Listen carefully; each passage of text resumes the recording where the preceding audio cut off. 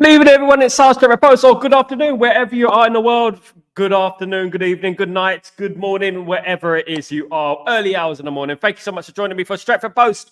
This is Chatterbox. I'm Sal Warner. Guys, before I start, please don't forget to smash a like on the video and subscribe to the channel. If you are new, that'd be fantastic, you guys. I hope you're all doing well. Welcome aboard. Welcome aboard the gravy ship, of course, guys. Thank you so much for joining me this evening, of course, guys. What is going on? What is going on? What is going on in Manchester United? At Manchester United, I hear you scream. What's going on? Today, I'm going to do things slightly different. I'm going to get some guys on the show for you, and we're going to have a little chat, maybe. I don't usually do this, but I'm going to start doing it once a week, guys, and we're going to go from there, of course, guys, and, you know, see how it does. See how it does, isn't it? So I'm going to put the link up in the description, so anyone want to jump on the show, they're more than welcome to jump on the show, guys. Absolutely, absolutely, guys. There we are. Let me just read some of these comments. Jim, good evening, my friend. How you doing, my friend? It's evening where you are, isn't it, Jim? Or morning? What time is it where you are, Jim?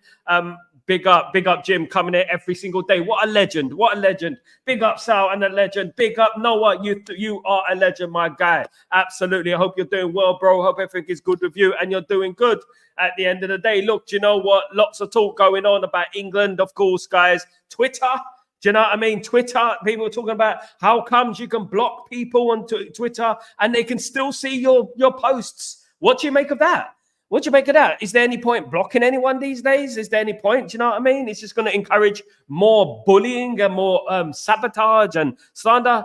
Goodness me, we might as well have no rules. Do you know what? At the end of the day, the rule, Elon Musk is making some crazy rules in regards to Twitter, isn't he? The likes, you can't see other people's likes. What's that all about? What's that all about? 11:02, Jim. Goodness me, you are a legend, mate. Thank you so much, my guy. Do you know what? That is dedication. Much love to you, brother. Much love to you. I hope you're doing well. Hope you're doing. Now, I want to talk about, you know what? There's been a lot of stories about Ineos, and there's been a lot of stories about basically the captain debate, whether Bruno Fernandes should be the captain, whether Ineos have made a mistake in rehiring, in signing Erik ten Hag to a contract. Whether Ineos are doing things right. Are people doubting Ineos? Are they doubting Ineos? You know, I'm hearing a lot of people like suddenly turning against Ineos. People who I wouldn't have thought were Ineos out are turning into Ineos out already after a couple of months, which is a little bit crazy if we're being totally honest with you. It is still early days. We have to remember that it is still early days, and we do have to give them a chance, don't we? We do have to give them an opportunity. But do you know what? Lots of people are doubting them. Jim. So I was even on the live cricket stream bantering cricket. You're gonna banter cricket fans. Oh, goodness me. Goodness me. Which fans were you bantering, Jim? Which ones? Definitely not England, surely not. Come on. Absolutely not. So, yeah, look, you know what? I'm seeing, like, you know what? It's opened my eyes. You know, what I already felt was the situation in regards to England and the appointment of Thomas Tuchel and the anger that it's caused amongst some quarters, especially people like Jamie Carragher, etc. Guys, Jamie Carragher, let me say something, mate. If you really feel so passionately about the England manager being English, why don't you get your badges and why don't you become the England manager? Why don't you go abroad? Why don't you learn your trade? Why don't you try and become a manager yourself? Why, Gary Neville the same. Why don't you do that? Why not? Because at the end of the day, look, you know what? A foreign manager, you pick the best in class. You pick the best manager available to manage a country. At the end of the day, we wasted, how long we wasted? Was it 7 years? 6 years.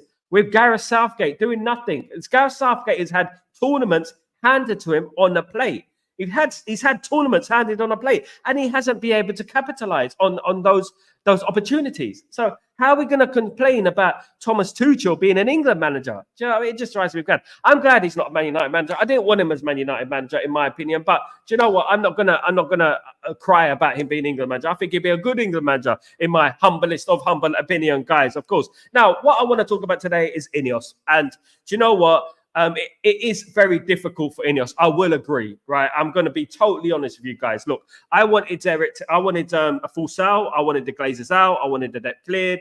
Whoever purchased the club, whether it was Apple, whether it was Amazon, whether it was Qatar, I wanted the full sale completely. And what I'm saying now is Ineos are 27% owners now.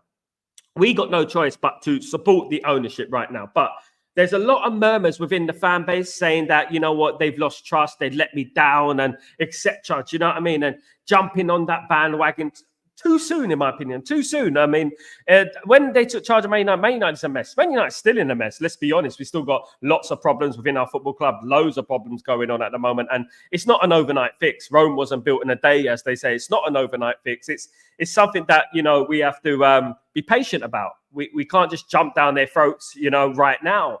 I mean, if it gets to the end of the season and, you know what, it's been an awful season, you know what, the temperature's going to start rising on Ineos, you know, especially when they gave the Glazers an opportunity. They gave the Glazers a chance, you know, to stay at the football club. And, you know, they went to bed with the Glazers, so to speak, you know. And I would say that even though I didn't want a part Sal, you know, I would still back them. And, you know, I feel like it is a hard job right now. And, you know, lots is happening. One thing I would say about Ineos, though, is that when they do meetings, when they do these little meetings, try and do it in a more private way. Don't do it in the middle of the city so the cameras are there looking at you. Because do you know what? The British media are going to gossip. Part of me feels like Ineos like the gossip. Part of me feels like that they enjoy the gossip, if we're being honest with you. Guys, yeah, I put the link in the stream. If you guys want to join the stream, you're more than welcome, guys. It is a call-in show, so you guys are welcome to join. India and Pakistan. What's the score? Who's winning, Jim? India got bowled at 46. So bloody hell. Like, that reminds me of England back in the day. Do you remember when they got bowled out against West Indies for around that? Do you remember them days? My goodness me. Good afternoon, guys. 2 p.m. in the UK. Big up, Kazi. Of course, my hometown, UK, my home country. Kazi, big up, everyone. Big up, Kazi. Always great to see you, Kazi. Absolutely, always such a legend. Same to you, Jim Watkins. Is such a legend, isn't he? Dark Row. Sal, they are not doing things the right way and the way it's supposed to be done. Fans don't see even a slightest positive from Ineos and Erik ten Hag. Ooh, that is a difficult one to say. You know what? I was kind of optimistic about Ineos during the summer. I felt like they did some things good, but they also did some things bad. Let's be honest.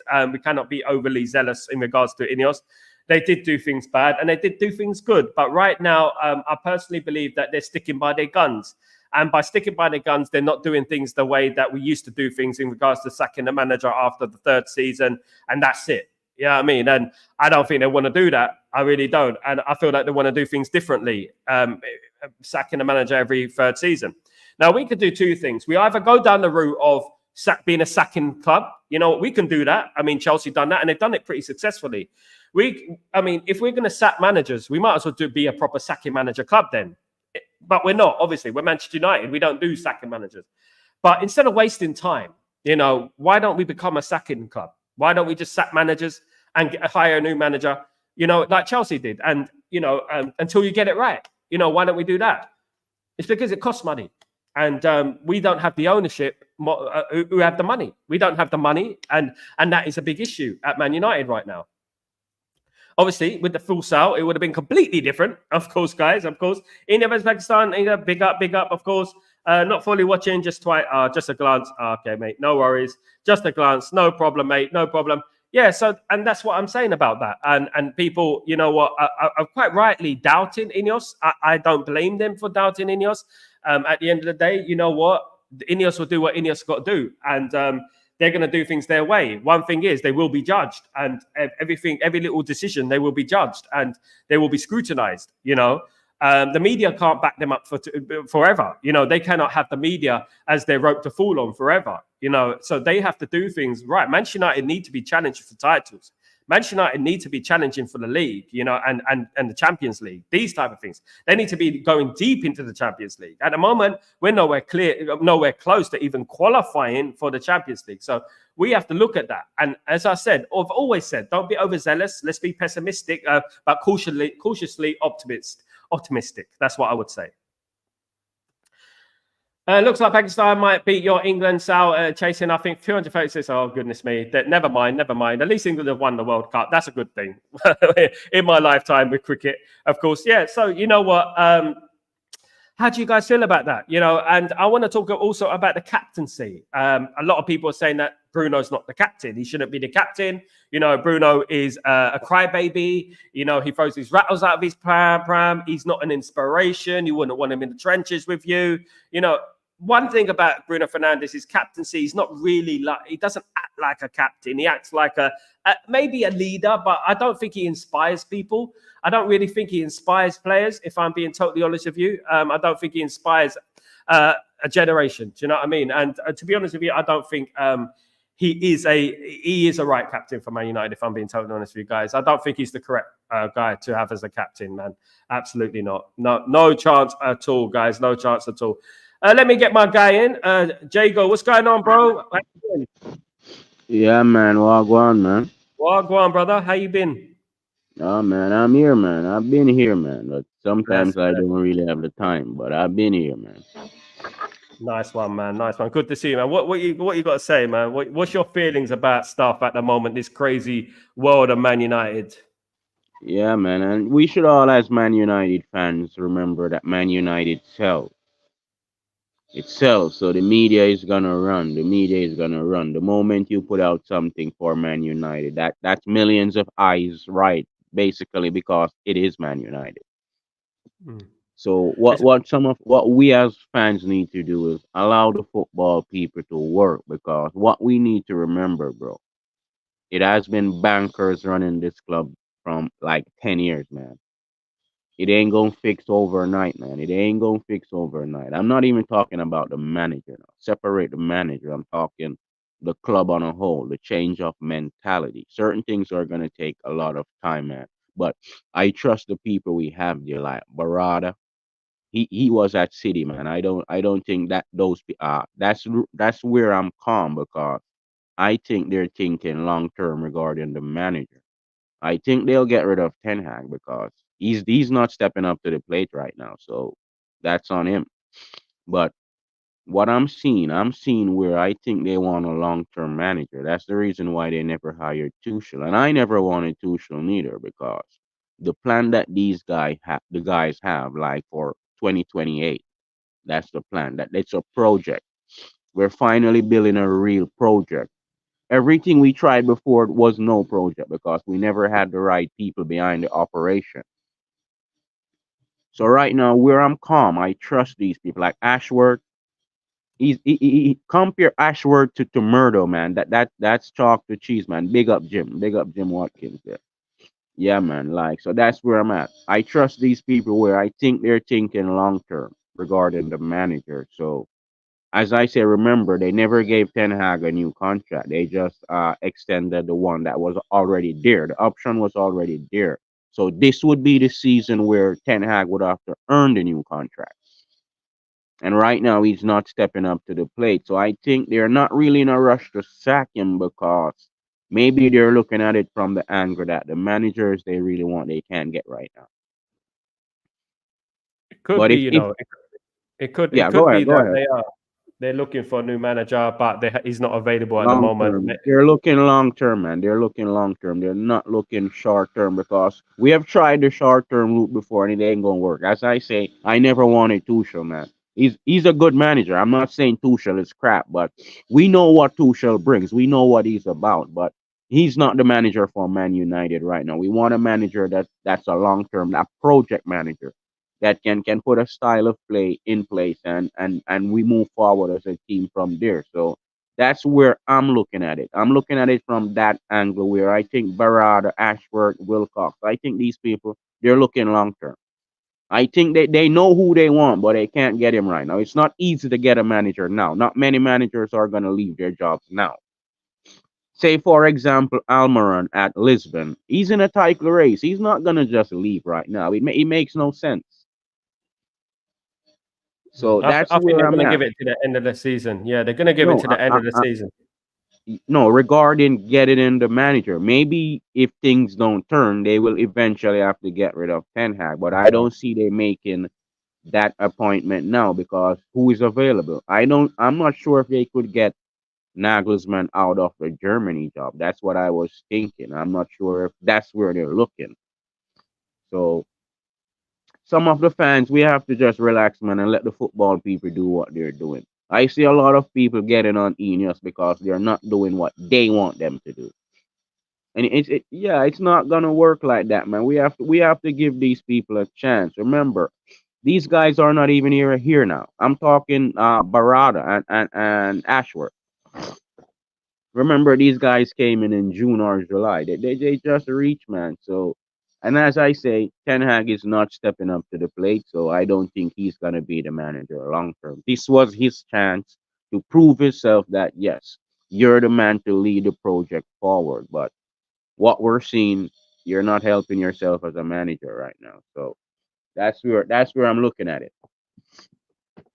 I think, you know, at the end of last season, I think they thought he bought himself some time. And I think he bought himself the chance to have a few games at the beginning of this season, which he has had, and he hasn't impressed, of course. There's been lots Yeah. of problems going on.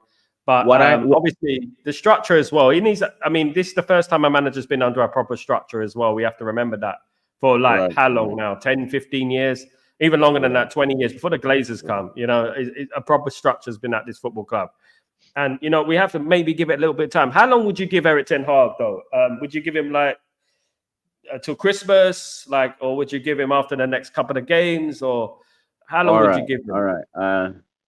Like me, I personally, I've given up on Ten Hag personally. I don't see him long term. He's gonna have to turn it around massively.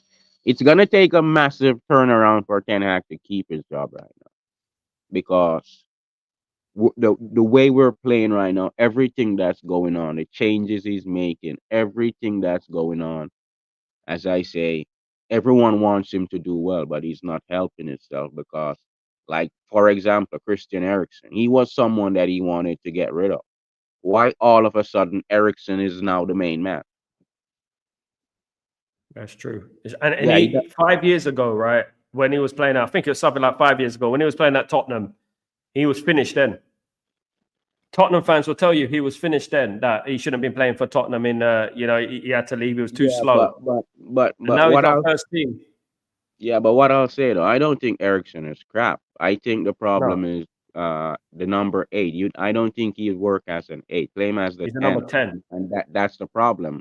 It doesn't seem the manager have the balls to drop Bruno, and if you don't have the balls to make big decisions, you're not built for this job. And I haven't seen the So, big decision from Ten Hag when it comes to certain players. So if you don't have the balls to do those stuff, you ain't built for this, man. That's just the truth. so about. I mean, in regards to players, isn't it, dropping certain players? What players would you drop out of that team? No, it's not necessarily what player would I drop, but at times a lot of players deserve to be dropped and it's Yeah, not they been do. Yeah. dropped. That's the point. It's not about who is what's going on. Like we have seen a lot of games where players deserve to be taken off and not been taken off. And another game where they do not deserve to be taken off, and that's the time he takes them off. For Like example, Bruno needs to be dropped, don't you think? Bruno Fernandez, man, he needs to be dropped. You have to make an example as a manager, man. You can't operate like that. That's not the right standards you're setting. All of us can see a lot of times Bruno is not playing well. We have a lot of players that can play the number 10 position. Kobe can play there. Ericsson can play there. Mount could play there.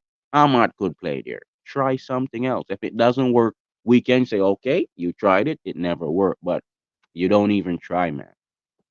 You don't even try. And that's what and players are there. They're human beings. They're human beings. They can see what we're seeing and seeing that this guy ain't pulling his weight, but yet he plays every game. And then he'll play in balanced defense rather than just playing the young kid Amas. Give him a Right. chance. Or Murray. He has Hamas or Murray, the next guy. Yeah. Two of them. They're two young kids. Left-footed left Murray and backs Hamas. at the club, and he's playing Dalot as the left back, and it's not working. You can see it's not working. Everyone can see it's not working. And Mazraoui has done okay, to be honest, on the right back, but the left back position, every single team when they come up against us is attacking that side. You know, they smell blood. I think 90% of our goals have come from the left side against us, and the left side. Yeah, You know, yeah. it's mad, and he keeps doing the same thing.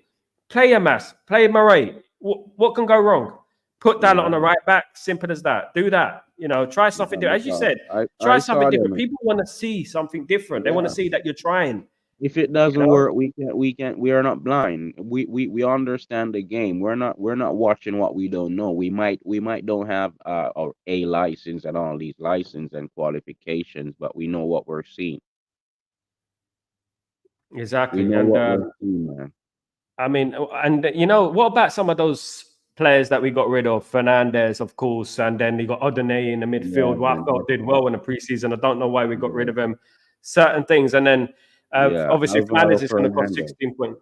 What's that? Fernandez was a mistake, man. That was a big mistake, man. That was a big mistake because we got Regulon on loan. Why not just give the youth a chance? Because he did well at Preston. Remember, he was on loan Yeah, at Preston. He did very well. He came back in preseason. He player didn't of the really season. play.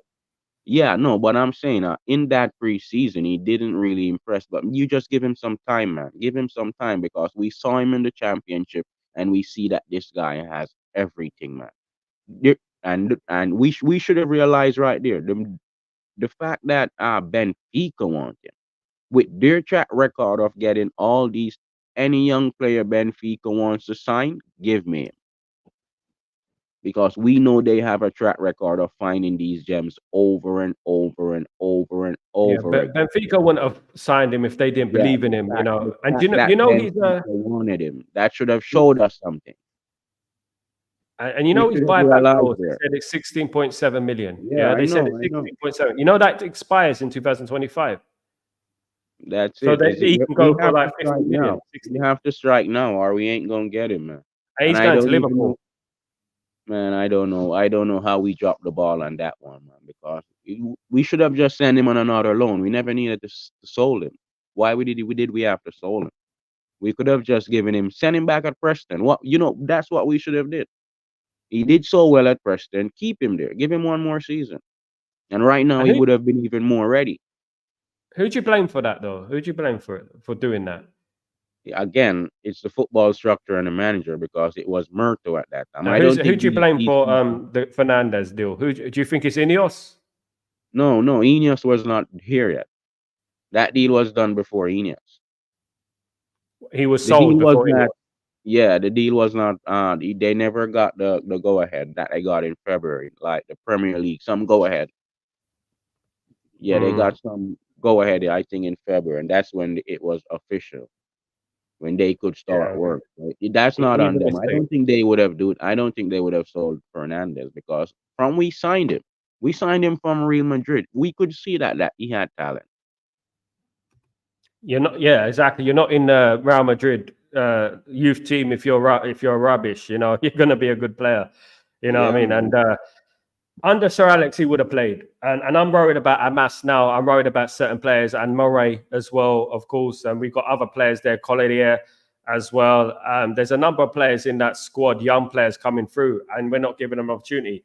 And I think we need to do that. I really do. I think Amas especially because that left back position, No, I'm he has petrified talent, man.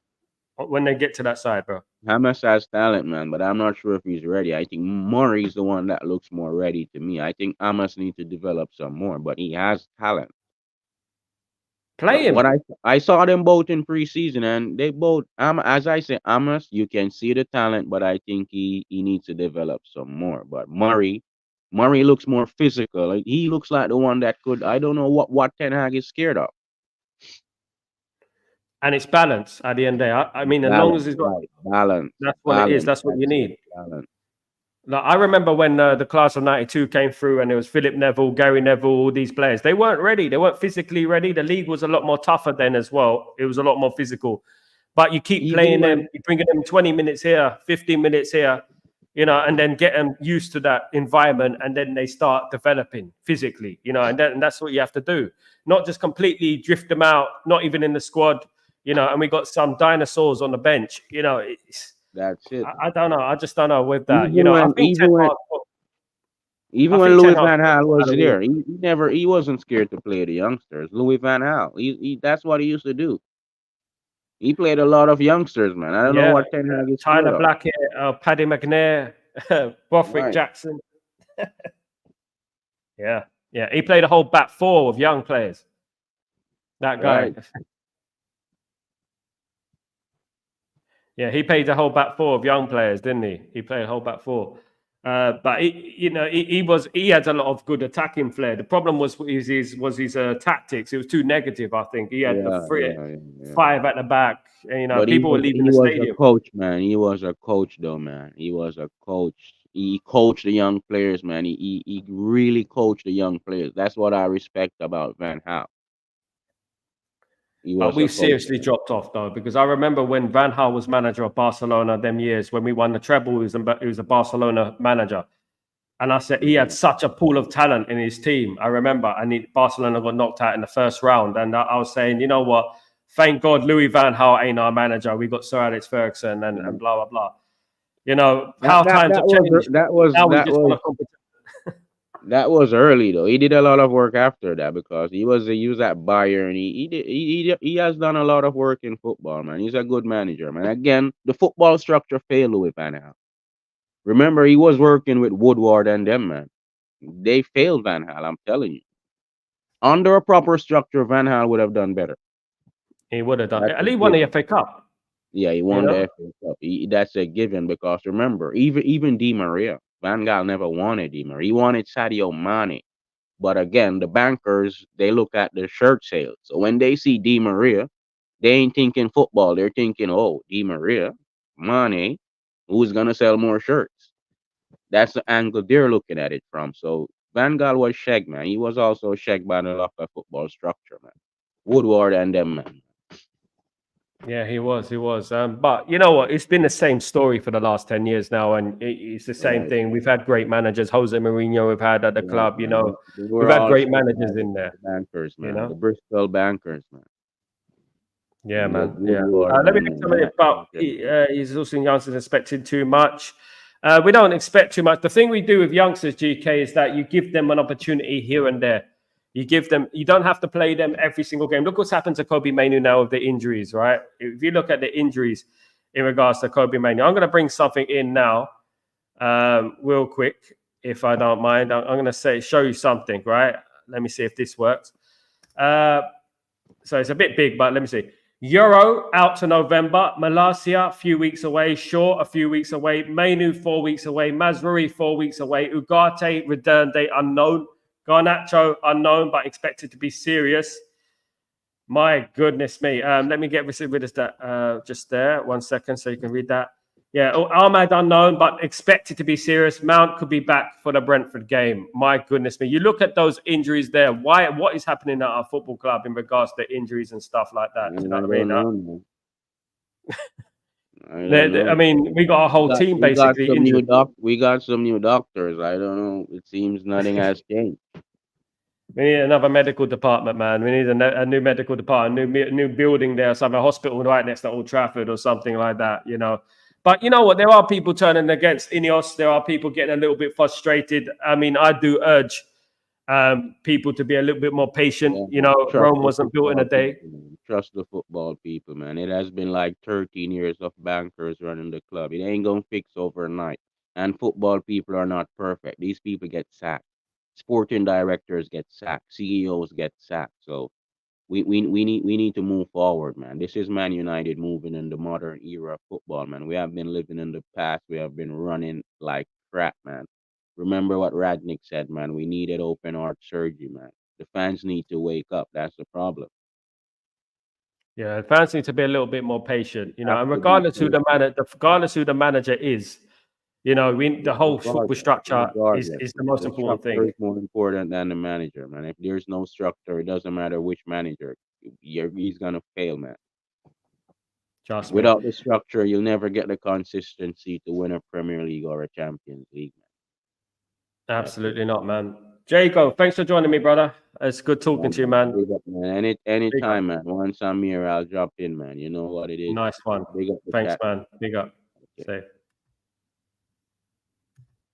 Yeah, that was Jago there in the chat. Big points there from Jago as usual. You know what? There's a lot of problems at Man United, and you know what? One thing is that the structure's not going to be fixed overnight.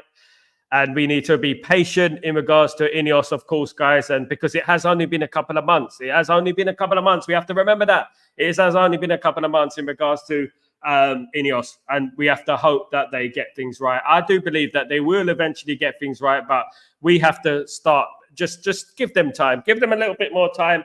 As people know, I was not pro Ineos. I was a full Sal, of course, guys, a full Sal only, and debt cleared, glazers out. That's what I wanted. Do you know what I mean?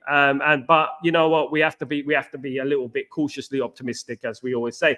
Zaid, Ryan, who did the Manchester United deal, whether he thought the Glazers or St James at one, both winners, Jim, and wanted to run football ops, and he's doing that. Added, it was an incredible valuation. Yeah. You know what? I looked at the news the other day. Qatar offered up to 8 billion in regards to everything as well, and what they're going to put into the club, etc. Afternoon sound chat. Big up, Brian. How you doing, my friend? I'll be doing well. Welcome back. So, are these players faking injuries?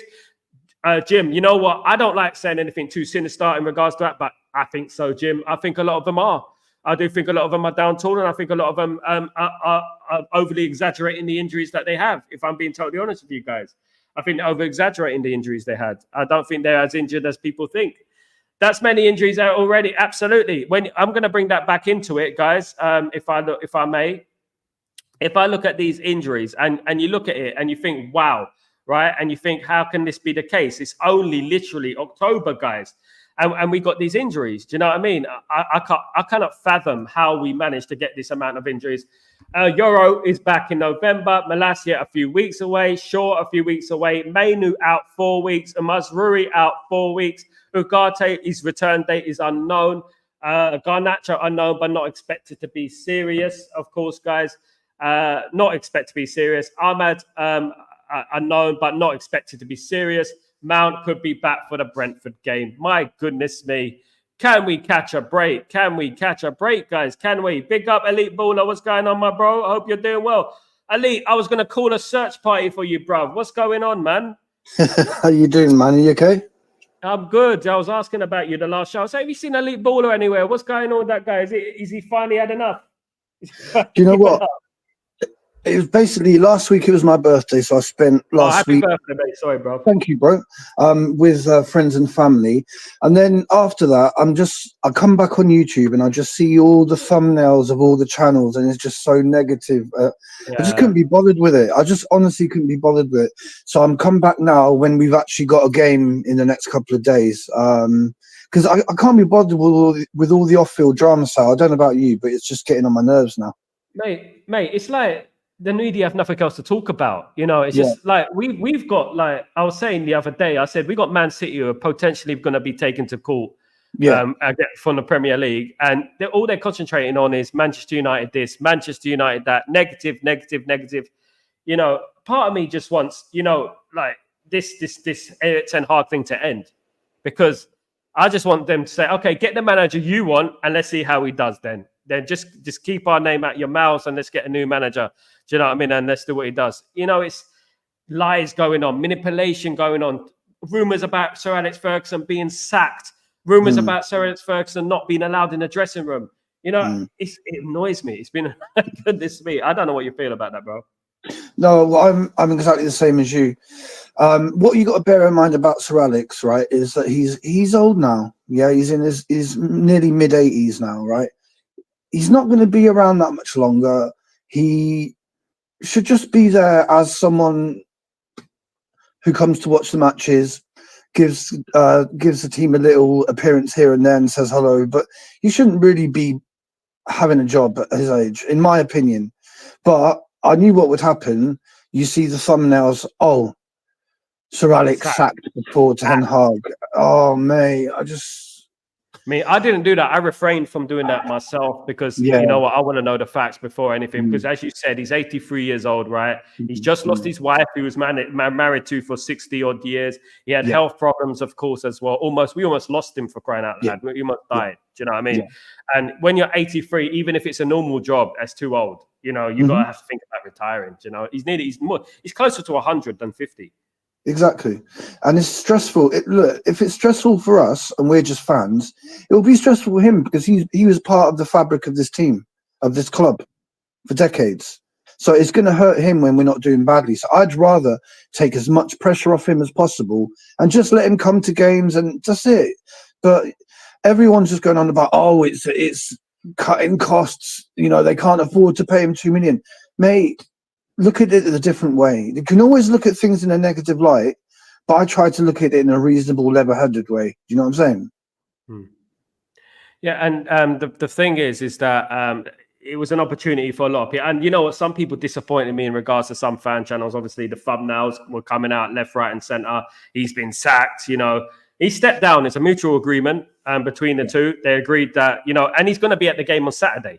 You know, he's not been sacked. You know, if he was been sacked, he wouldn't go to the game on Saturday. He's going to be at the game on Saturday, and he's still going to be at Man United in some capacity. Whether that is, he's not going to be an ambassador. You know, the job is too much, too strenuous, and we don't know what's going on in the behind the scenes. You know, we don't know if they've been having over a glass of wine, talking about, look, mate, I want to drop down now. You know, I feel like I've had my time. Let someone else come in and stuff. We don't know what's going on. Exactly. But like I said, I've just been not even just channels, but people in these channels commenting, saying stuff like, oh, they're just penny pinches. It's not penny pinches. It's 2 million a year for a gentleman who's, you know, a legend, but he's very old now. You know what I'm saying? There aren't many 83-year-olds who can do like proper jobs. You know what I'm saying? You should be retired, chilling, having a glass of wine, no stress, no anxiety. So come on, he's no different to any other 83-year-old. Just because, you know, he was an amazing manager. But yeah, just everything's so negative, mate. And like you said a minute ago, it's got to the point now where you kind of want the manager just to get sacked, because then all these people will have nothing to talk about. They'll have nothing to moan about because they'll got their way, and then they'll have to just be patient. You know what I'm saying? And I guarantee you, in a year's time, they'll be back here. Don't worry about it. They'll be back here talking about how the manager should be sacked. You know, back to square one. One thing is, like, they want Ineos to do things differently. They're trying to do things differently. They're not just going down the predictable path that Glazers went down. But the thing is, they can't win anyway. They're on a road to nowhere in regards to their decisions, because they could sack the manager right now, and people are going to say, it's no different to the Glazers. They've just done what the Glazers have done. They keep the manager. They say, oh, well, Ineos, they're not doing their job. They should be sacking him. They're not doing their job. You know what? I think they should just do what they want to do, and we see what happens. And as you said there, like, I honestly, I really do hope that Ten Hag goes, right?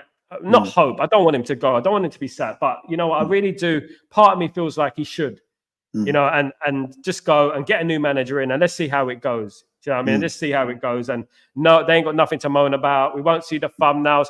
But do you know what? I'll be honest with you. It doesn't sell, does it? It doesn't bring likes. It doesn't bring subscriptions. It doesn't bring, you know, the media outlets out there. Obviously, some of them, the time.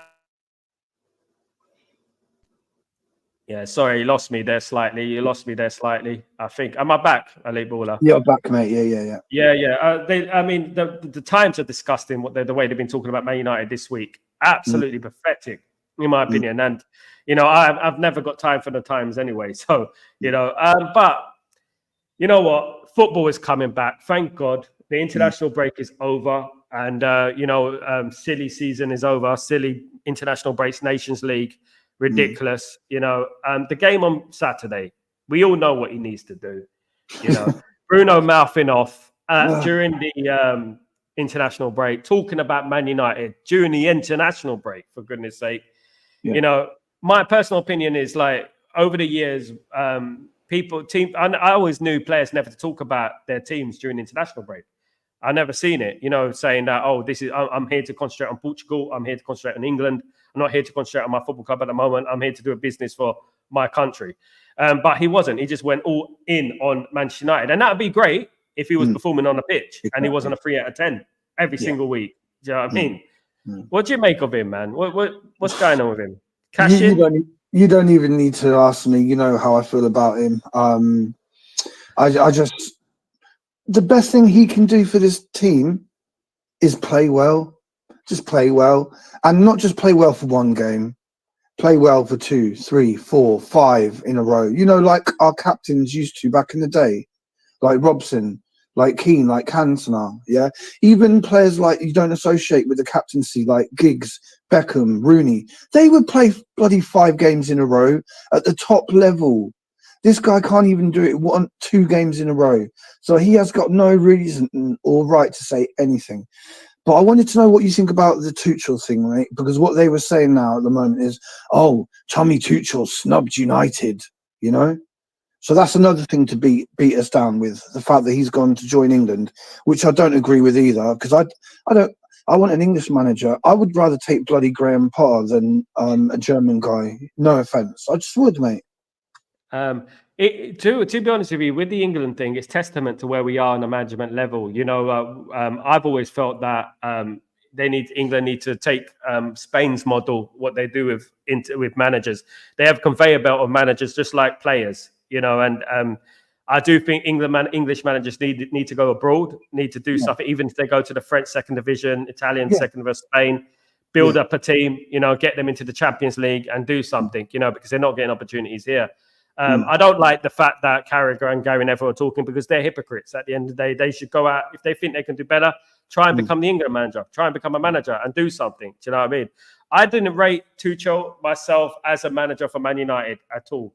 I do believe that the managers should be English. I do, for their country. I think it should be the same as the players. You know, English players, English manager, because it's a cheating in a way if you look at it like that. But I do believe he'll do well for England. I think he's better than Southgate, of course. But at the same time, when it comes to semi-finals, quarterfinals, when the going gets tough, you know, they're going to look at Tuchel and think, well, what do you know? You're not English. You know, why are you manager? It's that sort of thing, isn't it? You know, that creeps into it. And it hasn't worked with Capello. It hasn't worked with Sven-Goran Eriksson either. But you know what?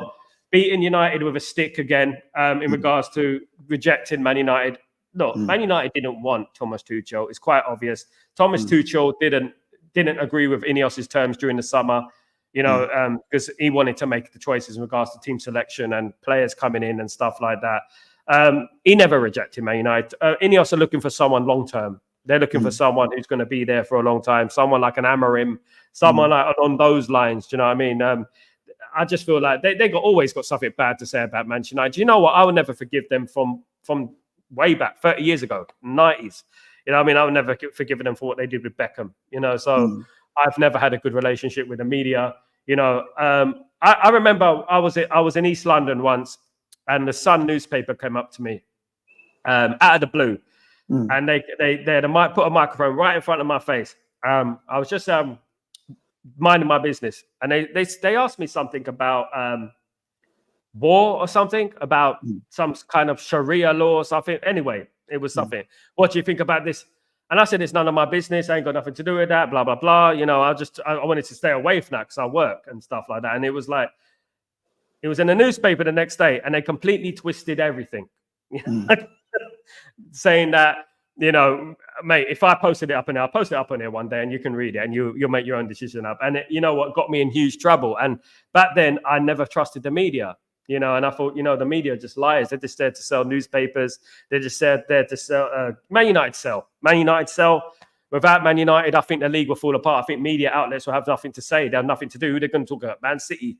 You know, what they're going to do, you know, and without Man United, I don't think there'll be anything to talk about. You know, we're still the biggest club in England, which obviously we are, because everyone keeps talking about us. I mean, the Premier League's been taken to court, where Man City have been taken to court, and you know what? They're talking about Man United. Do you know what I mean? Exactly. Going back to what we were saying about Tuchel, right? Imagine this, okay? Say he does actually win a cup with England. Everyone's just going to say, oh, well, you needed a German to win it. Yeah? So that's another stick to beat us with. If you look at big countries with history in football, like Spain, Italy, France, I don't think they've ever had a manager who isn't from their country. So why, as England, the inventor of the bloody game, do we think it's okay? I just don't get it. Take whoever is available who's English and support them. You bloody supported Gareth Southgate for 8 years. So why have we gone down this route, Sal? I don't get it. I just feel like it's testament is a representation of where we are as a nation in regards to bringing through talent. We don't give our own enough opportunities. We don't give the big jobs to English managers in regards to Man United, Chelsea, Liverpool. We don't give it to English managers. The last one was obviously Roy Hodgson, and we all know Roy Hodgson. You know, he's not that guy. He's a Crystal Palace manager. If they wanted to, I mean, I don't know how well. I mean, in international football, you don't really need someone who's going to be the tactical master. You don't. I just believe it's tournament football, you know, and you bring in someone like Eddie Howe, someone like that who can motivate the players, you know, pick the right team. That's all you need to do, really. In international football, you've got the players there, pick the right team. The only problem we had with Gareth Southgate is that he was a coward. I felt, and he went too defensive or too attacking. I don't know what he was doing in that final against Spain. I felt that Spain team were there for the taking myself. I didn't think they were fantastic. I just feel like the tournament was poor. I feel like if it was a Bobby Robson in charge of England, then England would have won that tournament. I felt, and probably Terry Venables would have won that as well. If we're being honest with you. The best team I've ever seen, best England team I've ever seen is under Terry Venables, El Tel. I think it was under him. He played the best football for England I've ever seen. You know, Sven did it slightly against Germany. That was just one game though. But as a tournament, that England team was it. And I agree. Like, you know what? It is sad that we have to look at a German manager, not just any manager is not from this country, but it is sad. But you know what? That's times, isn't it? Times are the way they are now. And England need to start looking at developing new managers, giving managers a chance. You know, Potter, I'm not too sure what happened with Potter. You know, he managed Chelsea, was decent. I don't think he was given a fair crack at the whip, if I'm being honest with you. He wasn't. He did what you suggested earlier. He was manager in some club in Austria or something. Right. Did really well then got the job at Brighton, did really well then, got snapped up by Chelsea, and then, like you said, they didn't give him enough time and they got rid of him because that's what Chelsea does. But I wanted to pick up on something you said earlier. You saying that because Jim put about are these players faking injuries, right? Now, obviously, I've spoken about this before. I think that they duck out of certain games. But who do you think is maybe not being honest about their injuries at the moment? Have you got any names that you'd say, or? I think that Luke Shaw's not injured. I don't believe that. I've actually heard someone say, like who's well connected with the club, said that he's not really injured. He's not really injured. He's just waiting for the manager to go. That's what he's doing, and I do believe that Mason Mount is not as injured as people think he's injured either. I think he's he's got he had a head injury, then he was out for another few weeks, for goodness sake. I would say this about Mason Mount, though. He did have a pelvis injury. That is a career ender, right? And you do have injuries after once you have your treatment for pelvis injuries. But I think there are a number of players there who could play, who decided not to play. Jose Mourinho said it years ago. He said it about Luke Shaw, didn't he? And Martial. Said there's certain players there that could play, but they don't want to play. You know, they want to sit it out. You know, I read a stat that Luke Shaw has missed 300 games for Man United. That's like 5 seasons, something like that. It's a joke, isn't it? On the amount of money that he's on, that's just a joke, isn't it? Look at Phil Jones. At the end of the day, Phil Jones. People felt sorry for Phil Jones. I don't feel sorry for Phil Jones. I don't. At the end of the day, he's rich. He's been earning a lot of money. He earned a lot for Man United. Fair play to that. But you know what? He could have went to any other club in Europe if he wanted to. If he really was passionate about playing football, and he could have played. I don't think he had much of it. He had a problem with his knee, but I don't think he had the problems that he's stating. You know, it's just a sympathy act, in my opinion. And a lot of these players are cowards. I just feel like Man United are cowards. I do, and you can see it on the pitch that they're cowards. You know, they don't fight. You know, they don't wear their heart in their sleeve. Like someone said earlier, where's the Roy Keane guy? Where's the Roy Keane influence there? Where is that? Where is our Roy Keane right now? I said an earlier show on Breaking Dawn, someone was talking about when Roy Keane defended Gary Neville in the tunnel against Arsenal in 2005. You know, where's that happening these days? Garnacho got attacked the other day and no players were backing him up. Because we're not a team. We're not a team at the moment. Those teams that we're talking about, they were teams. They fought for each other. They respected each other. I don't know how many of these players even respect each other. Like, if you want to take Bruno as an example, if I was playing under him, he was my captain, I wouldn't respect him, mate. Get sent off 2 times in a row. You can't play one game, more than 2 games well in a row. I wouldn't have any respect for that guy. Here's a question then. So do you think there's a lot of players right now, if you were to ask them, would you rather play under Ruud van Nistelrooy or Ten Hag? What do you think they would say, most of them? I think most of them would say Ruud van Nistelrooy, but I'll give it a month or 2, and then they'll say someone else. Because that's the way that's what they do. I don't think personally a lot of these problems ain't down to Ten Hag. I think it is down to the players. I feel like they're down tooling. No one's telling Marcus Rashford to run 3/4 of the length of the pitch and then pass the ball back. No one's telling them to walk around the pitch on the ball, stopping on the middle of the pitch, thinking about it, then passing it, slowing the play down until the players come at them and start reorganizing and stuff. And I think there's more fundamental issues at Man United, the big problems at Man United that, even go beyond what we're thinking, and I don't think anyone can really fix it until some of those players are gone. I really don't. I think a lot of those players need to leave. One bad apple ruins the fruit bowl, as we know, and we need to get rid of them. Absolutely. And I do believe that if Ruud van Nistelrooy took Man United, they'd probably have a new manager bounce. They'd probably go on for about a month or 2. We go, see, Ruud's at the wheel, blah, blah, blah. We'll be singing and this and that. And then suddenly we get slapped up by someone. And then it starts to go down again and down again and down again. Oh, Ruud was never the guy. We shouldn't have given him a contract. That's what's going to happen. And the biggest mistake Glazers made was giving Ole Gunnar Solskjaer that contract, because then we declined, didn't we, after that, after he got that contract, didn't we? I just think since Sir Alex, we possibly hired the wrong manager every single time, because none of them have truly worked out. If they truly worked out, some of them would still be here by now. Do you see what I'm saying? Look how long Sir Alex stayed. Even though he had a bad start, he stayed for decades. So if we had employed the right manager, they would be here like 4, 5, 6, 7 years. So what I want to know is, if Ruud van Nistelrooy takes over and he drops the players who aren't performing, doesn't that straight away do a lot more than most of these managers have done? Because, a lot of these managers are still picking the same players, even if they're not performing. So if he just does that, isn't that going to be enough? I don't think he's going to do it, though. This is the thing. I've got that feeling that he's going to be pressured into playing them again. And, we're going to end up seeing Bruno again and Rashford again. We're not going to see the double pivot that we've been craving for ages. We need the double pivot in there. And we're not going to have that on Saturday now anyway, because obviously Mainu and Ugarte are injured. We're going to have Eriksen and Casemiro in midfield probably. Probably might work in our favour, to be honest with you. I myself will play Collier, but anyway.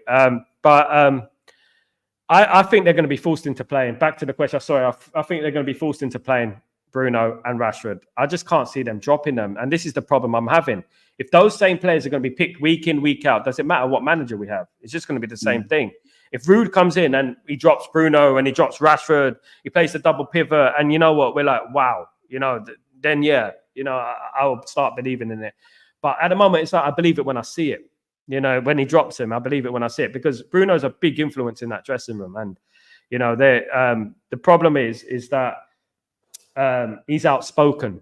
And I don't think they'll drop him because he'll be too outspoken. He'll be moaning in the dressing room, crying in the dressing room, whatever he does, like he does on the pitch. Do you know what I mean? And I don't know if they're going to, if he would drop him, to be honest with you. I like to think he would, if I'm being honest. But I'm more than 80% sure that Bruno would be in that team if Ruud is in that team. Do you know what's crazy to me right now, right? When I first started speaking to you, I was saying to you, when is Eriksen never going to play again? Because he was on the bench constantly. Do you remember? And now he's playing all the time. And he's still scoring goals. He even scored for Denmark the other day. So me personally, I'm more concerned about how we replace Eriksen than I am how we replace Bruno, which is crazy. Absolutely crazy. What do you think about these Zidane rumours that surfaced the last couple of days? Do you think that's just bollocks, or what do you think? What do you mean of what?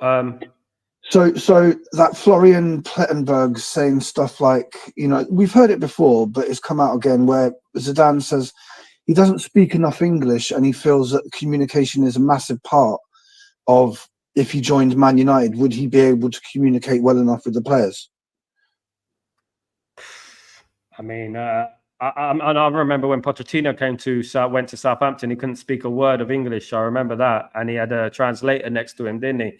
Yeah. But back then, I don't think it should matter, to be honest with you. I think tactically, you put the tactics out, you set your stall out in regards to that. The only problem is obviously the team talks and stuff like that. That's a bit of an issue with. But you can pick up English, though. You can pick up English. Most of them speak broken English anyway. You know, Inzaghi can't speak English, but you know, he's got broken English. He can pick it up after a while. I mean, Eric Ten Hag, his English is bad, if we're being honest. Still to this day.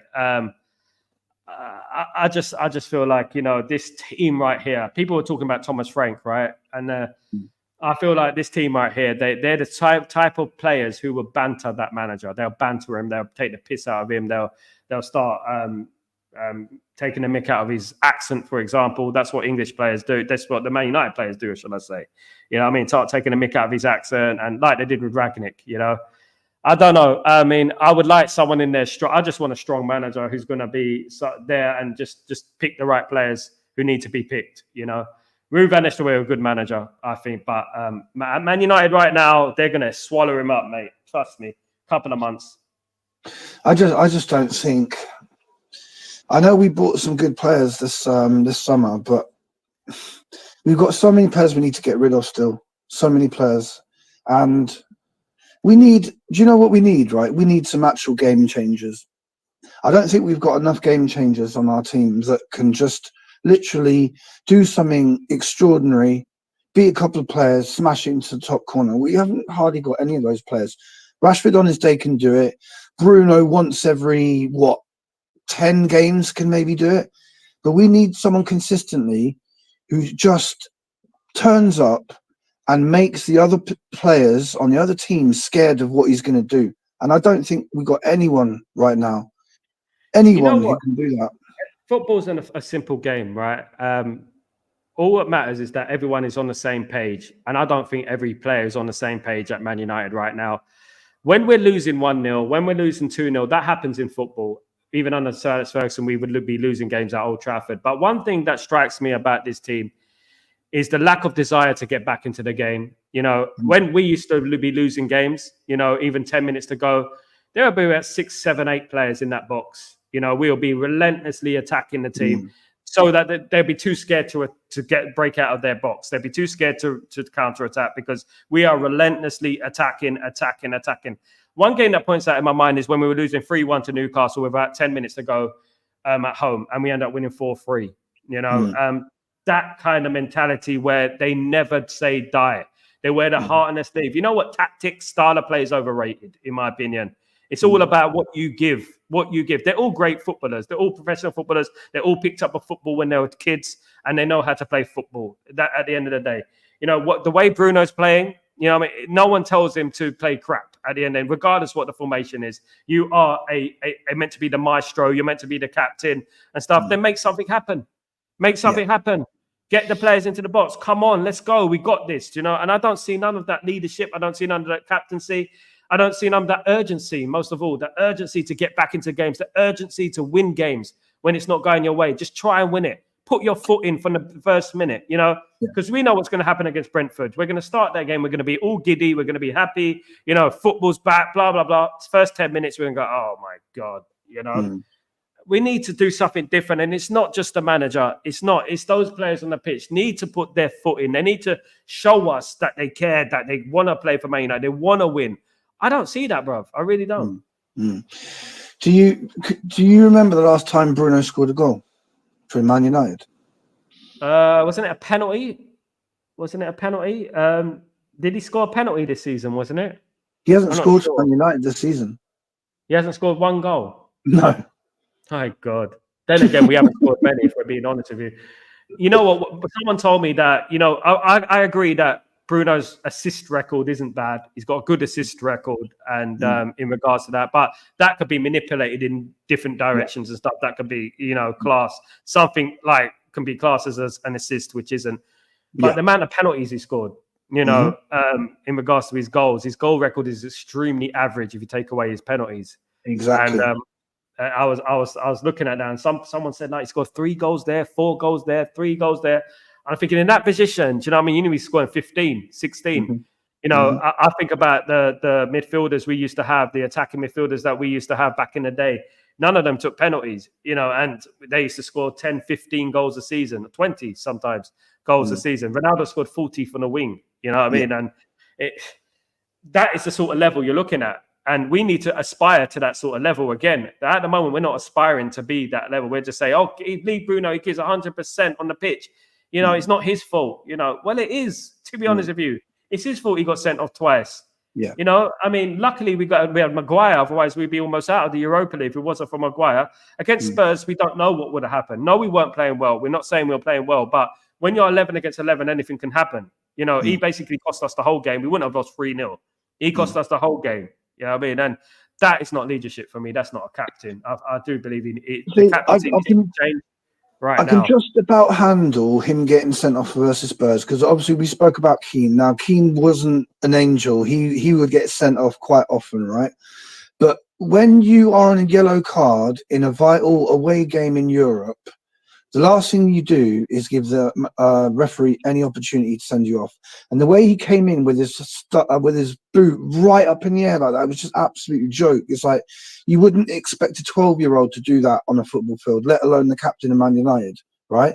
But I just don't see who can make this team play better. I look at all the people on the playing field.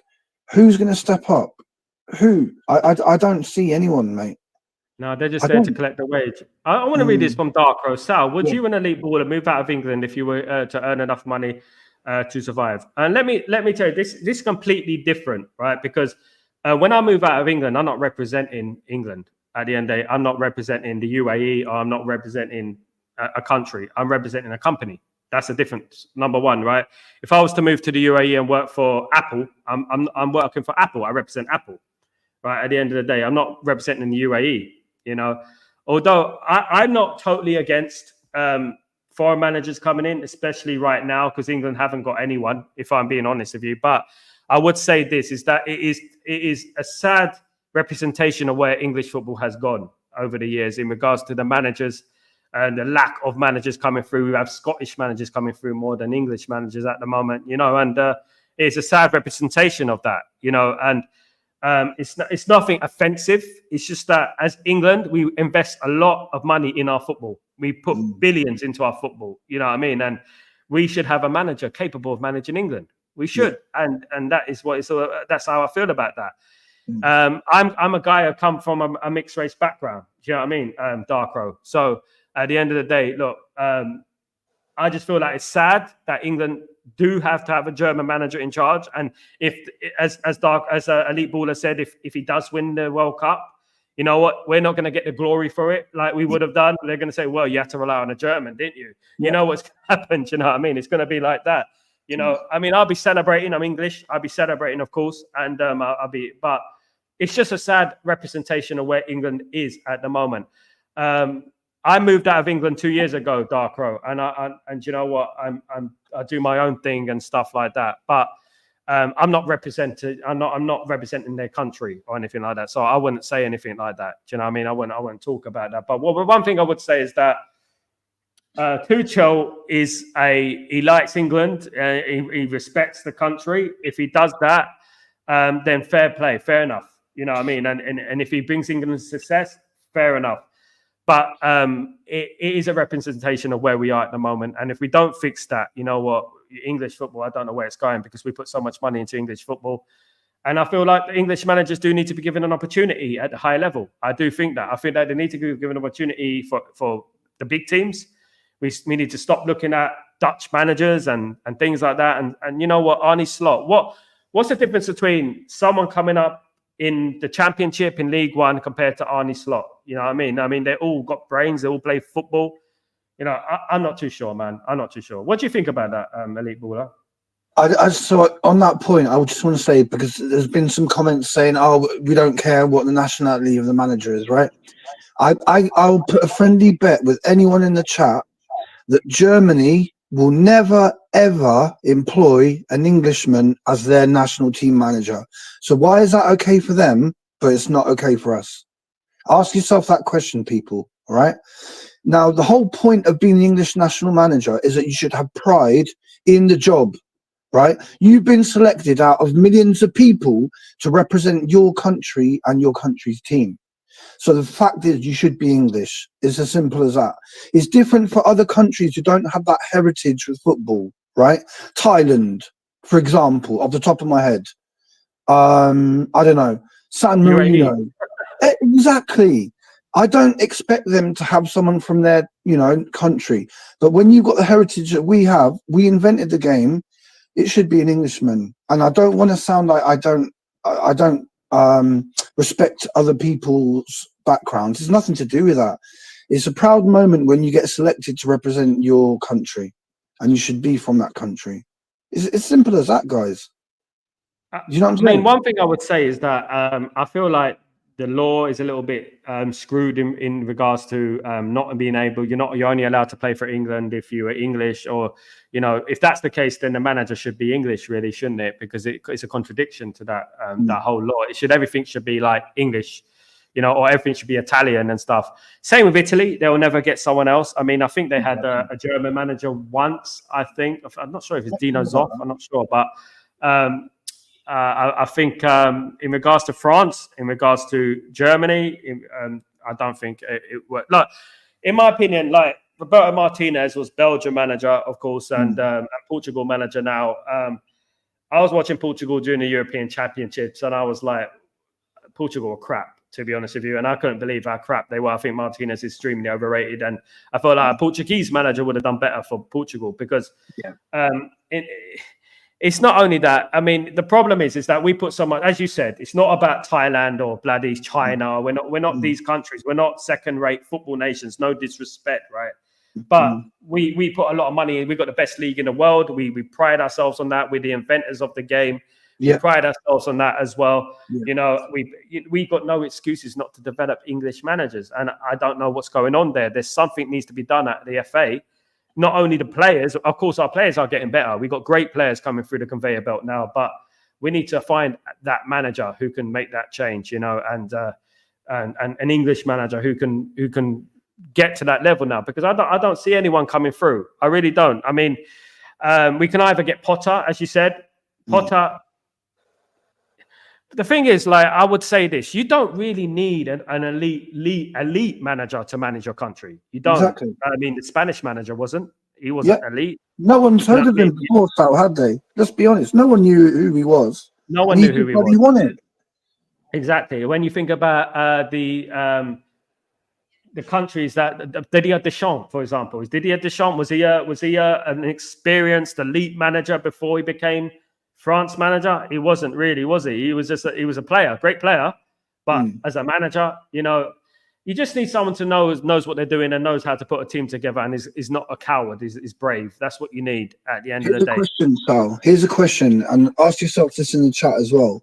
Why is Thomas Tuchel doing this job? Is it because he loves England like his own country, or is it because he's getting paid well? Think about it like that, guys. It's as simple as that. He's not doing it because he's a proud Englishman. He's probably getting paid a decent amount of money to do it. I'd rather give that money to an English lad and to support him. Like I said, we let Gareth Southgate get away with murder for 8 years, failing us constantly. Look at the amount of good players that we've had under Gareth Southgate, Sal. It's just depressing when you think about it. We had so many good left-footed players. Back in the day, Terry Venables and Bobby Robson, we hardly had any left-footed players. Now you've got Phil Foden, Saka, and Cole Palmer. 3 almost world-class players left-footed. Do you remember those days? That at his disposal, mate.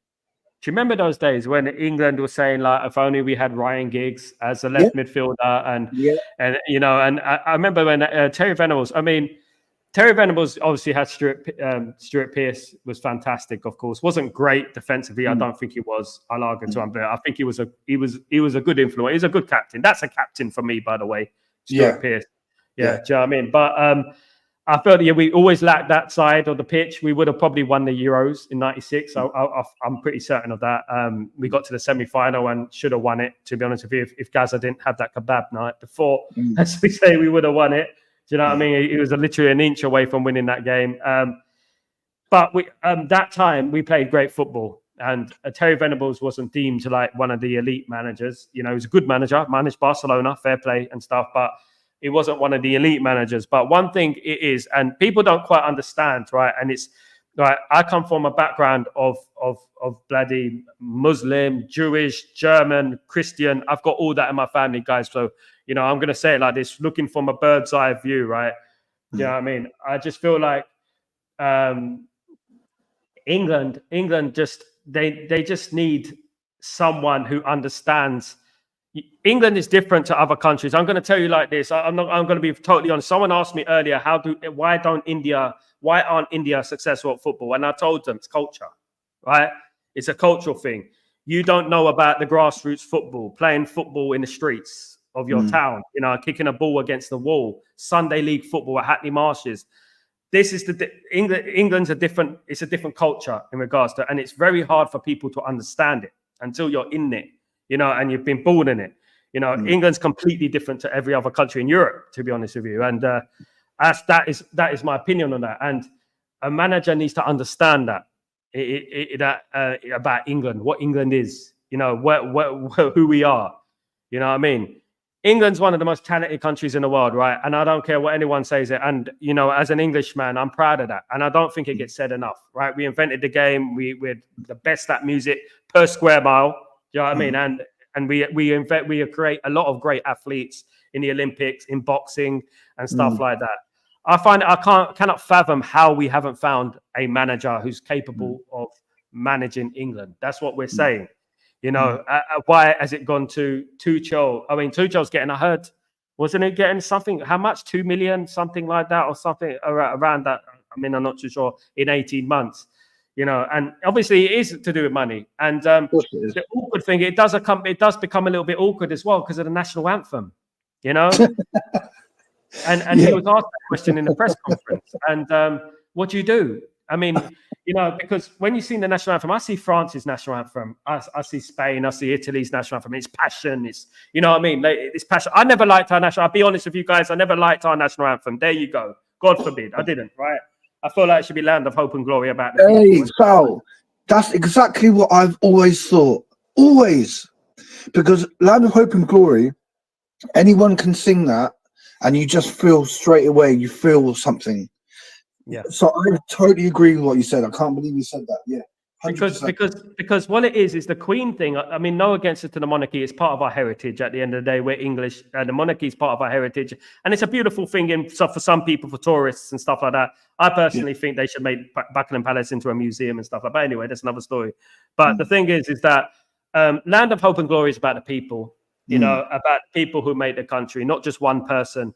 You know, hope is what we have. England has always been about hope, and it's been about striving for glory, and we are glory. England's not perfect. Its record is not perfect in the international scene, but at the people, you got to understand the people of England. You know, the people of England, and that is why I wanted Land of Hope and Glory. And you know what? The thing with Land of Hope and Glory, working in music, there was songs should start with a positive note. It's like in regards to Italy, it's like it's up there. It's a positive note it starts with. France is it's like that, you know. America's the same, you know, and with England it's like and it goes down and it goes down and it goes down, and then you know what, with Hand of Hope and Glory it goes down and it goes up, you know, and then it goes, the song goes up and up and up, and that's why I like Land of Hope and Glory, of course, guys. Not Rule Britannia, I don't like that. I think that's a bit too arrogant, I think, but you know, Land of Hope and Glory for me, man. Macho Man, Rodney Savage, give it. Here's another aspect, right? I'm sure somewhere along the line, Sir Alex would have been offered the job to manage England, but he always said he would never, ever do it, right? So that's someone who's from the United Kingdom who would never do it because he understands. But now we've got a German Now we've got a German instead. It's just I can't believe it myself, and I don't know. I don't know what to say, guys. Yeah, we just have to live with it. But the thing is that, you know what, I hope he's successful. I don't want him to fail.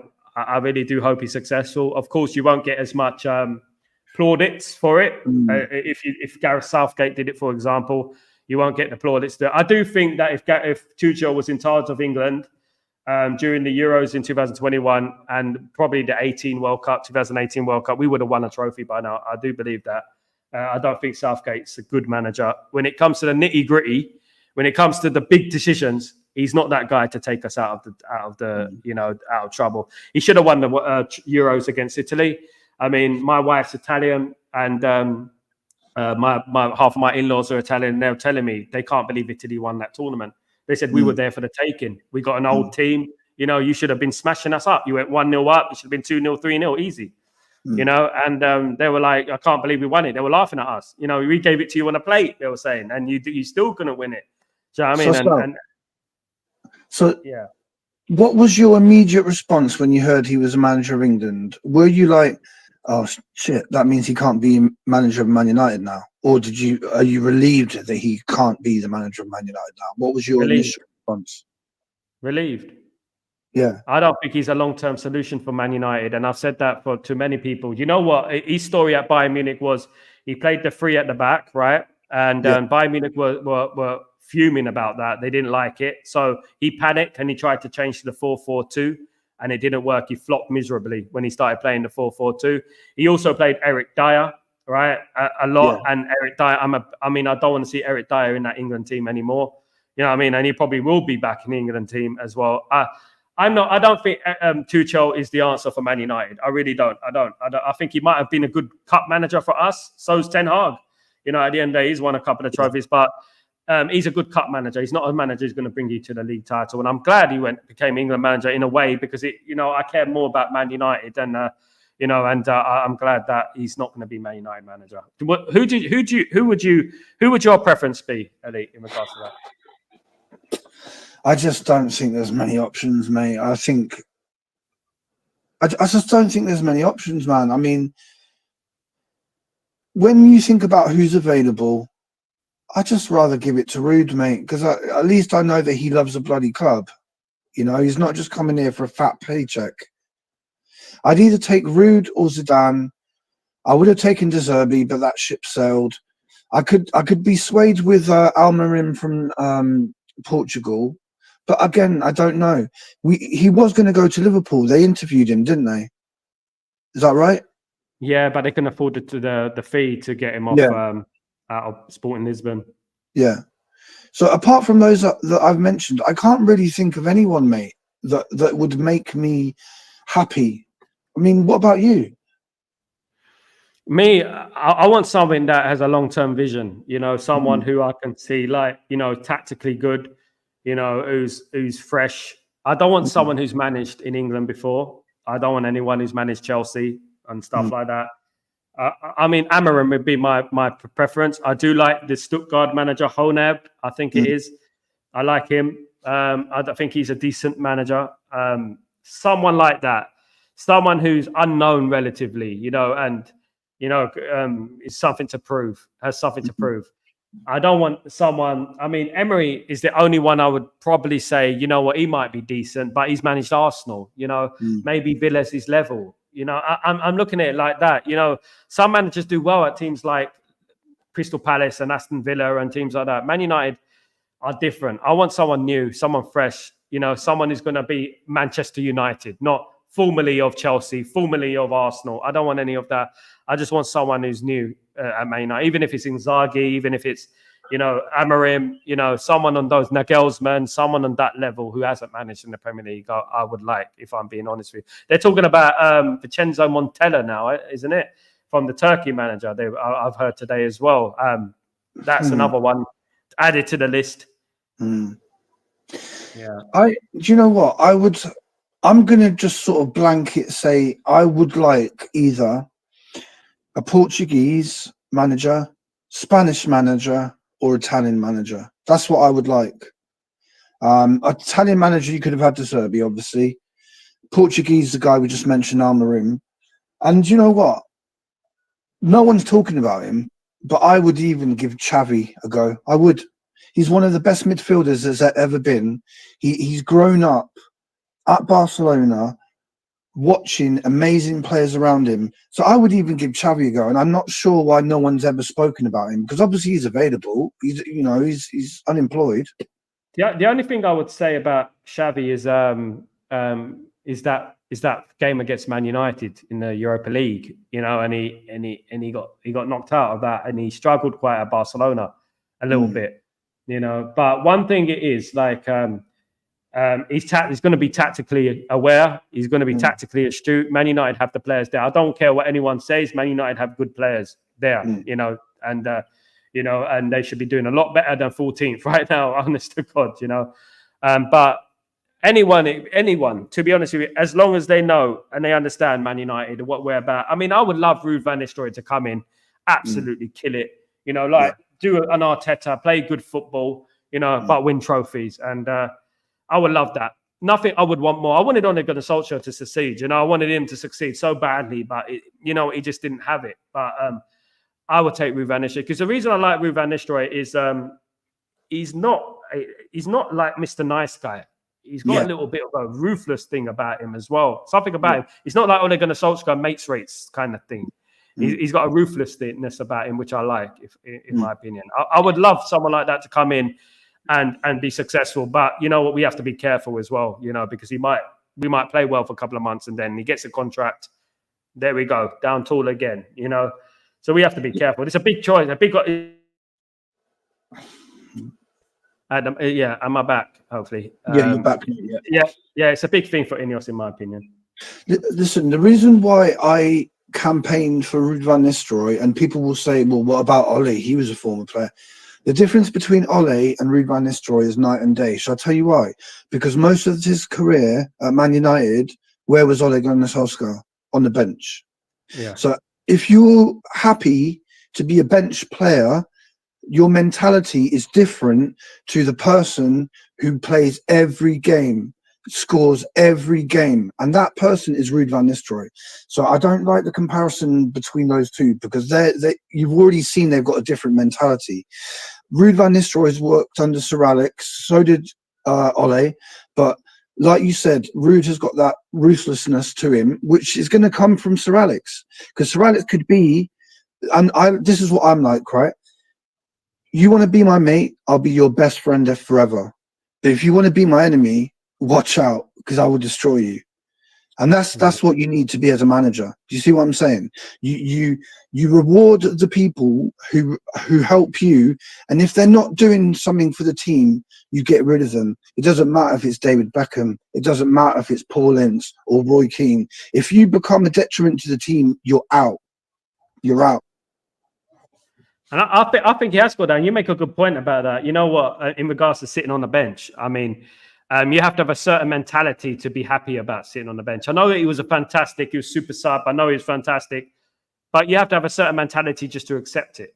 And move. He didn't really want to fight for his place, did he? I'm happy to sit on the bench and that's it. And Ruud van Nistelrooy was no. Ruud van Nistelrooy fell out with Cristiano Ronaldo, for goodness sake. You know what I mean? He was like, no, he's cross the bloody ball. When I'm there, I'm waiting, cross the ball. And that is it. I mean, I hope that he does. I mean, because there's something about Ruud. There's something about him he's not overly passionate, but he's passionate as well. And people were talking about him the other day when he was jumping up and down against Villa, getting off the bench and stuff like that. And Ten Hag was just sitting there, you know. And Ten Hag doesn't inspire me, And the great managers, they're always on the touchline. Arteta's always on the touchline. Pep is always on the touchline. They're always on the touchline. Sir Alex Ferguson was always on the touchline. Every single one of those managers were on the touchline, giving out orders, barking out orders. Ten Hag's just like, we see what happens. My tactics, they don't work. They don't work. That's it. They have to stick by that. Yeah, exactly. Whereas you've got to make your presence known. You've got to stand there so that as soon as your player makes a mistake, they look over and they see you staring square on in the eyes at them, and they know not to bloody do it again. Do you remember when, before Ruud van Nistelrooy signed for us, he was at PSV and he had that horrible injury? He was even filmed in training, right? He went, You remember, right? That shows adversity to come back from that Yeah. and perform like he did. So to me, this not guy, only that, Sir Alex Ferguson promised him that he was signing him next year. exactly, he sent him a letter, didn't he? And that shows management. That shows and from that moment, you knew that Ruud van Nistelrooy was going to give his life for Sir Alex Ferguson. You knew it because he didn't give up on him. So it just shows you, doesn't it? Basically, Ruud, mentality-wise, has everything that you need to inspire other people. He has. Now, can you say that about Ten Hag? I'm not sure. He may be very intelligent. He may know all about tactics from decades back as total football, being Dutch. Yeah, fair play. But can he convey that in a way where people listen to him, respect him, want to fight for him? I'm not sure. Absolutely. On that note, Ellie, thanks for joining me, man. I've gone way over the time, but you know what? It's been a great show, man. It's been a great show. Thanks for joining me, bro. I'll probably see you this week. I'm doing the watch along on Saturday. Hopefully, you can I'll be here. Big up, Elite Baller. Thank you so much for joining me, man. Peace, man. Take it easy. Peace. Thank you to Elite Baller and obviously Jago joined me today on the live chat. So, of course, guys, sorry. I couldn't get everyone in today. Do you know what I mean? I put the link. The link was already in the description, as I said before, and the link is in the comments as well, guys. So I put it up a few times, guys. So sorry about that if you didn't get on. If you didn't see the link's in the description, guys. I said at the beginning of the show. But thank you, everyone, for joining me. It's been a fantastic show. Just about on my back. Yep. It's been a fantastic show, guys. Cheers, Elite. Cheers, everyone who's here. Big up, Randy. Big up, everyone. Big up, Jim. Sorry I didn't get through your messages today, but you know what? I'll get through some messages tomorrow. Don't forget to join me for Breaking Dawn, guys, early in the morning. Break of Dawn in, of course, guys. And it's getting closer to match day, guys. It's getting closer. Tomorrow I've got the match preview as well. Don't miss that on Chatterbox, guys. Thank you so much for joining me. Big up everyone who had the time to join me today. Sorry I didn't get a big up, Jim. Jim, big up yourself. What a show. If I enjoyed it. Thank you, Jim. Lots of different opinions. That's what it's all about. It's all about opinions, guys. Great show. Thank you, Steph. Thank you. Big up Elite Baller legend. Always like listening to Elite Baller. Big Elite Ball knowledge, guys.